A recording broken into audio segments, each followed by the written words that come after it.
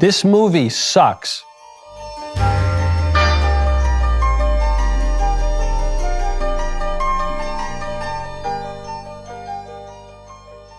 Before seeing Exorcist Believer, I thought that the worst movie ever made is a movie by Chris Marker, a French essayist film called Sans Soleil, which, when I was 12 years old, made me want to bash my head against a wall. It was so boring.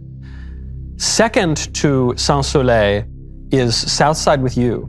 The story came out 6-7 years ago of Barack and Michelle Obama's love affair. Now just slightly below, maybe even above Southside with You, is the new Exorcist. One of the worst films I have ever seen in my life. The movie is not scary.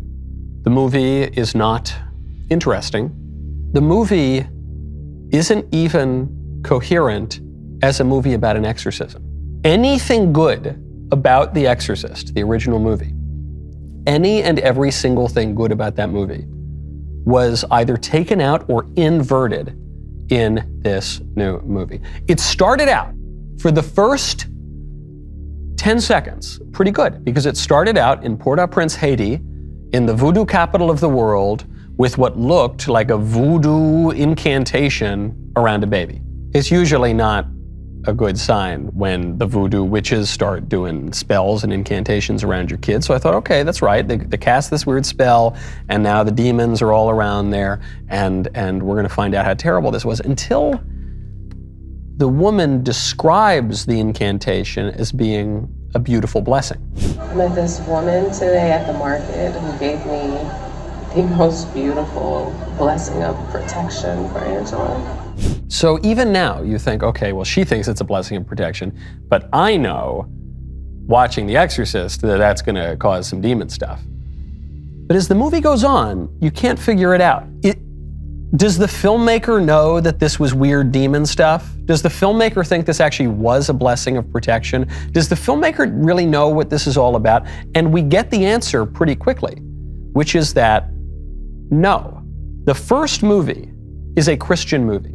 It's got all sorts of sacrilegious and blasphemous sayings. Your mother sucks in hell, Paris. The kind of things you might hear in an actual exorcism. But The Exorcist is Christian.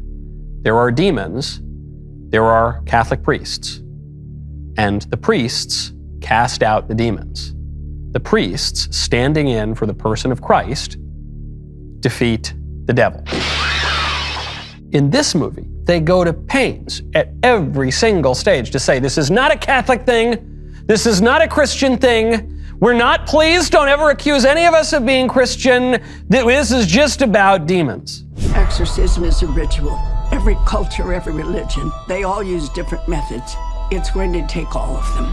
I've grown up with a fascination of religions of all sorts, and this was an opportunity to explore possession through a variety of perspectives. Possession, oppression, pagans and Wiccans. We'll talk about energy attacks, a lot of focus on demons. Blatty, the deeply Catholic author of The Exorcist, must be rolling over in his grave. What this reveals from the first part is not only do the filmmakers of this new movie not understand the source material, The Exorcist, they don't understand the church, and therefore they don't understand demons. They don't understand anything about this. The filmmakers here have the same attitude toward Christianity that the ancient Roman pagans did, that pagans always have, which is they at best will say, oh, Christianity is fine. You can have your God and we're going to have our gods, and there are going to be a lot of gods that everybody can worship. Christianity does not allow for lots of other gods that people can worship. Christianity is an exclusive religion. Christianity says there is one God. It's the beginning of the creed. I believe in one God.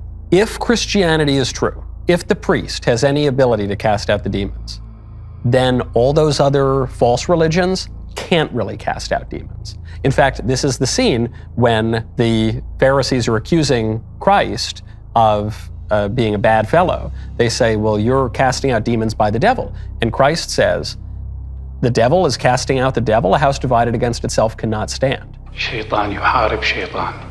Either Christianity is true and all the other religions are false, or Christianity is false. and the entire world that The Exorcist takes place in doesn't make any sense. Because the Christian view of all those pagan rituals to cast out demons is that they are, in fact, invoking demons. That's the only way. So they don't, from the very beginning, they don't really get it. But there's this tension in the movie where you say, okay, well, the Ellen Burstyn character, the mom from the first Exorcist movie, when she goes on and she opens up and she says, oh, it's not a Catholic thing, it's whatever, we can all do it, Zoroastrians and pagans, whatever. It's not just in one location or one religion or one culture. It's universal. Are they making fun of her? So in the movie, spoiler alert, a couple of girls get possessed by demons, and I'm skipping over like most of the plot here because the plot is just terrible and boring, and I was checking my watch the whole time. Anyway, they get possessed by some demons, and one of the dads goes up and finds Ellen Burstyn and says, hey, can you help get the demons out of my daughter? And Ellen Burstyn goes in to try to cast the demons out. And you think, oh, good grief, they made that, now the Exorcist is a woman? How woke is this thing gonna get?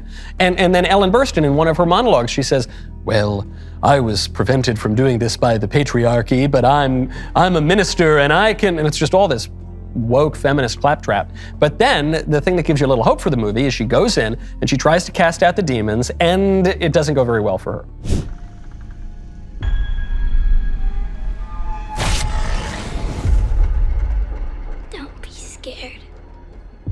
We've met before. Open your eyes. So this is probably the scariest and goriest part of the whole movie, and it's still pretty cheesy, but at least here you think, okay, Ellen Burstyn's character failed at doing the exorcism. So maybe all of this setup about how, look, man, we can all cast out demons, just using the vibes, and, women can do it, and priests aren't a thing, and nothing really matters, man. We're just focused on the demons. To see ourselves in this scenario is a huge thing. It's going to open the story up. It's a way to bring it into the present. And that's why representation is so important. It's all about me. At this point, you think, oh, well, maybe that was all BS, and now we're gonna have the priest come in and save the day. But from the beginning, they're starting to cast these priests as weak and feckless and confused. There's a scene in which a priest is convinced he should perform an exorcism, but the prelates and the higher-ups all around him, they say, well, I don't know if we can do this. We can't risk doing an exorcism. This is, again, an elementary mistake that had the filmmakers taken any time to investigate what exorcisms actually are, or what, Christianity, the faith that constitutes the worldview of this entire movie and cinematic universe, what they actually believe, how the church operates, they could have avoided making these silly mistakes. When the prelates come in, or whoever the higher-ups are, and they say, Father, this is very, very dangerous. It's dangerous for you. This is a very dangerous situation. Dangerous for you, Father. Dangerous for the Catholic Church. Dangerous for you to perform an exorcism? Why? Has God not conquered the devil? Has Christ not cast out the demons? What is it? It's not dangerous. The danger for a priest is that the priest might sin. That's a danger for all of us.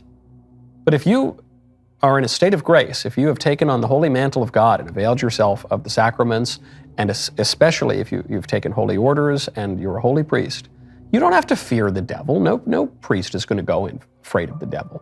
Not with that kind of servile fear. And then they go on, they say, this is very dangerous for the Catholic Church. How is it dangerous for the Catholic Church? It's one of the Catholic Church's jobs is to perform exorcisms. What are you talking about? As though exorcisms are never performed. That's a misconception that a lot of people have in popular life. That's just not true. There are many, many exorcists all around every state, every country, every world. There are exorcists everywhere. The church performs exorcisms regularly. There's not a demon hiding under every rock, but exorcisms are required. In fact, by the way, every time you baptize a baby in the traditional rite of the Catholic Church, 3 exorcisms are performed. Exorcism is not some weird exotic thing that hasn't been practiced for 1,000 years. So there's no risk to the church. It was just another way to paint the church as being weak and feckless, which is one thing if you're going to do it based on facts. There have been plenty of scandals in the church if you wanted to do it based on facts. This was just based on a complete misunderstanding. They wanted to make sure when they were portraying different communities of faith that they were portraying it accurately. So then we get into the exorcism. These people, they're going to do the exorcism anyway. And there's this woman, this whole storyline, this woman who was going to become a nun, and then she violates her vow of celibacy and her call to chastity. She has sex with a man, she gets impregnated, and she has an abortion, which is very unlikely. It's very unlikely that if you're the sort of person who is going to become a nun, that you are the sort of person who is going to have sex with a man. It's unlikely. It could happen, but it's unlikely. And it's very, very unlikely. If you're the kind of person who takes life and morality so seriously that you're considering entering into religious life, it's very, very unlikely that you're going to kill a baby through abortion. But anyway, that was the setup for her character. And then this woman decides to take it upon herself to perform the exorcism. And that would be bad enough. But then they bring in all these other people. Like there's this witch doctor kind of woman who's filling up a bath with rose petals or something. This is a reminder, by the way, sometimes religious people get a bad rap for being superstitious. Religious people are the least superstitious people on earth. I am a little stitious. Because religious people, while we believe in metaphysical things and we have intuitions about the world that go beyond the material world, we subject them to the rigor of logic. If you don't do that, if you don't pursue, say, theology, which is faith-seeking understanding, applying logic and reason to it, then you're gonna end up doing weird hippie voodoo stuff like rose petals in a bath and blowing weird smoke out and engaging in all these superstitious rituals that pagan religions have done since time immemorial. That's the real superstition. So they do this, they've got all sorts of other people trying to perform these exorcisms, and they don't work. Has all this hippie setup been ironic, and it's really going to return to the roots of this movie and of the faith and the meaning of a real exorcism? And the priest walks in. The priest says, okay, I don't care that I didn't get the approval of my bishop. I'm going to go in and perform this exorcism anyway. And it starts out pretty well. God played a trick on you. The priest dies, and now we got to wait for the witch doctor and all these other confused people to try to do something. This was the moment I think I audibly said, oh, come on, give me a break. The first Exorcist movie is about how Christ conquers the demons. That the power of Christ compels you! The power of Christ compels you! And in this, you have this explicit scene in which the demons conquer Christ, which just renders the movie not believable. You might not be Christian. You might not believe in Christianity. You might not even believe that God exists. The story presumes that God exists. The story is about exorcism. The story specifically is about the Christian understanding of exorcism.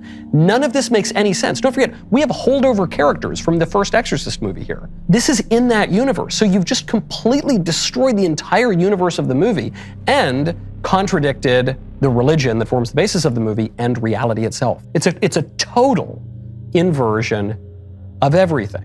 The resolution of it. How do they save any of the girls? They end up saving one of the girls by appealing to the girl's feelings for her mother. I wanted to talk to Mom. The thing that helps to bring her back is this scarf that is from her mother.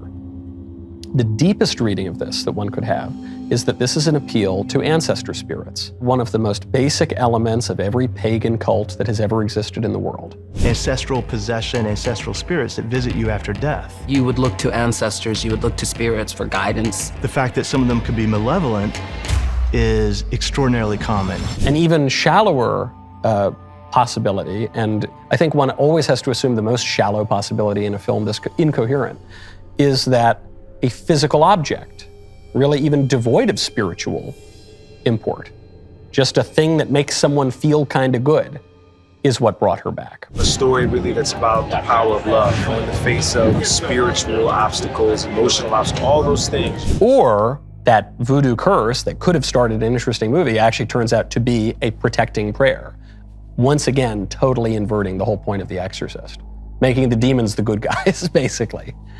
Any of those reads on that resolution are pathetic and totally devastating to the entire narrative of the movie. And then you get maybe the worst part of the movie. You think that it couldn't possibly get any worse. If it got any worse, it would become Southside with You. Amazing story, complex, intelligent, and charming. This final monologue from the would-be nun turned nurse, turned not very successful exorcist minister lady, here's what she says it all means. What do you think evil is? I'll tell you what I think it is. That we're born in this world with hope and dreams and a desire to be happy, and the devil has one wish: make us give up. And maybe that's all God, any God, or any good person really wants from us. Just to keep going. Maybe that's all God, any God, or any good person, or whatever you believe. I don't care. Give me your money, you stupid clapping seals. I don't know. There's no meaning in this film. It's just, ooh, spooky demons. Give me your money. What's it about? I don't know, God, or like some pagans, or your family, or I don't know, whatever. We pick up the story of Victor and his daughter Angela. A man who's raising his daughter alone. But there's also demons, by the way, which I know seems kind of weird, but... The film is dealing with the vulnerability of parenthood with a child that's dealing with possession. There's not going to be any context or explanation for how demons are real. Spirituality is a part of everything we do. Whether you believe or not believe, there's something bigger than us. This is truly a movie for our times. It's a movie where people adopt the heresy of indifferentism, the belief that all religions are basically the same, which we know cannot be the case because religions make different and in fact contradictory claims.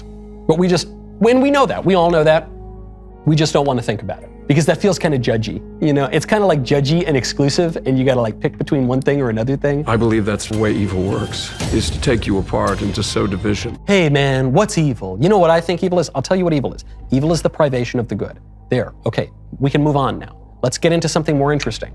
What's a more interesting story? That in the beginning was the Word, and the Word was with God, and the Word was God. And then the Word became flesh and dwelt among us. He saw Satan fall like lightning from heaven. And there was a war in heaven, and a third of the angels rebelled and followed Satan down to the very pits of hell. And now the devil himself prowls about the world seeking the ruin of souls. That's a line from one of the prayers that was offhandedly mentioned in the movie before they completely undermined the prayer. And there are demons, but there are also angels. And there's also a church on earth with power over the demons, and there's spiritual combat, and there's warfare, and it's specific, and it's detailed, and it's interesting, and you can follow the plot at least.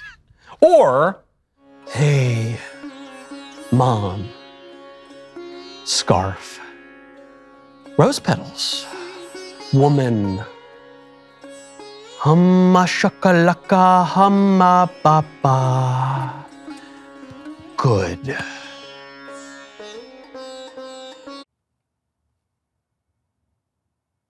What's more interesting to you? I think the former is a little more coherent.